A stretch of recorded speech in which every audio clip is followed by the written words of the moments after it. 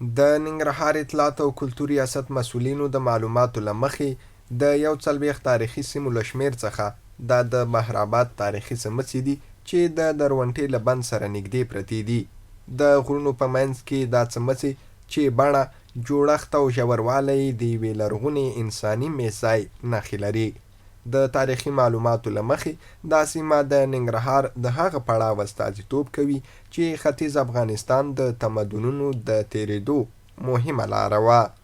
د دې څمڅو په تړاو د سیمې اوسیدونکي مختلف روایات بیانوي، څوک یې د انګریزانو او څوک یې د بودایانو دور پورې تړي. د دې سیمې اوسیدونکی نجیب الله وایي چې دا څمڅې د بودایانو د وخت اثار لري. د انګریزانو نه یا د بودایانو نه راپاتې څمڅې دي چې هماغه وخت کې به دوی پکې ژوند او زندګي کړي وي د څمڅو کې.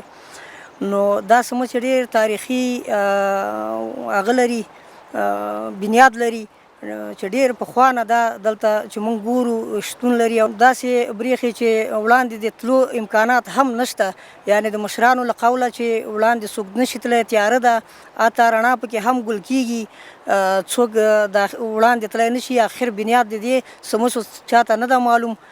د همدې سیمې بل اوسیدونکی محب الله دغه تاریخي سیمه د بودایانو وخت ته منسوبوي او وایي موږ هڅه کړې د لاټین په مرسته د دې څمڅو اخر ته ځان ورسوو، خو بریالي شوي نه یو.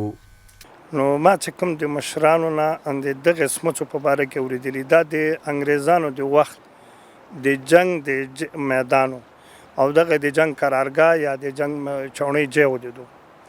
نو دوی زموږ د مشرانو د خولې نه دې څمڅو کې د دې انګریزانو د بازار خبره مې یاده شوې چې بازار پکې دننه شته، شتون لري. زه خپله مرغلی یم همدغه څمڅو ته، ډېرو څمڅو کې زه خپله هم ګرځېدلی یم. بعضې وړي دي، بعضې لوی دي، بعضې چې دي مثال دغه دي. خو لکه ډېرې څمڅې چې دلته دي، دلته لویې پکې شته، خو کومې ساحې پورې چې انسان تلی شي هغه ساحې پورې تلي، نور اخواته بیا نه دي تلي. د درونټې سیمې یو تن مخور غیرت خان د دې کلتوري سیمې ارزښت ته په اشارې وایي که دا څمڅې ورغول شي نو د بهرنیو سیلانیانو د جذب لپاره به مهمه سیمه شي.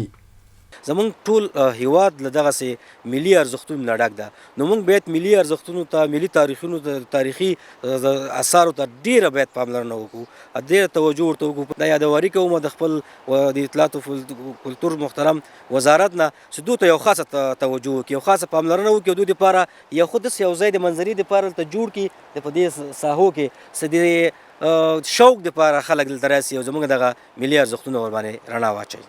د ننګرهار اطلاعاتو او کلتور ریاست د تاریخي آبداتو مدیر احمد شاه عمري د دې سیمې تاریخي ارزښت مني او د بیا احداث په اړه یې ډاډ ورکوي. آبدات څمڅې تقریبا 2000 کلن تاریخ لري چې دا د بودایانو دور یو مشترک بازار و چې کله د بني صغیر نه دوی مواد په فیلانو باندې راوړلو. دلته به د تمځای و ډېر څمڅې زیاتې دي او دلته کله چې به دوی دلته تم کېده او بیا به دوی د دې ځای نه به قفقاز ته د دوی د تجارت لړۍ دوام درلودو. د تاریخي آبداتو په هکله دلته موږ 41 تاریخي آبدې لرو چې په هر هفته کې د هر آبدې نه موږ احوال اخلو، څېړنه کوو ترڅو څوک تخریب نه کړي او هلته نور مشکلات ایجاد نه کړي. او د امیر المؤمنین صاحب یو فرمان هم شته چې هغه باید حفظ شي.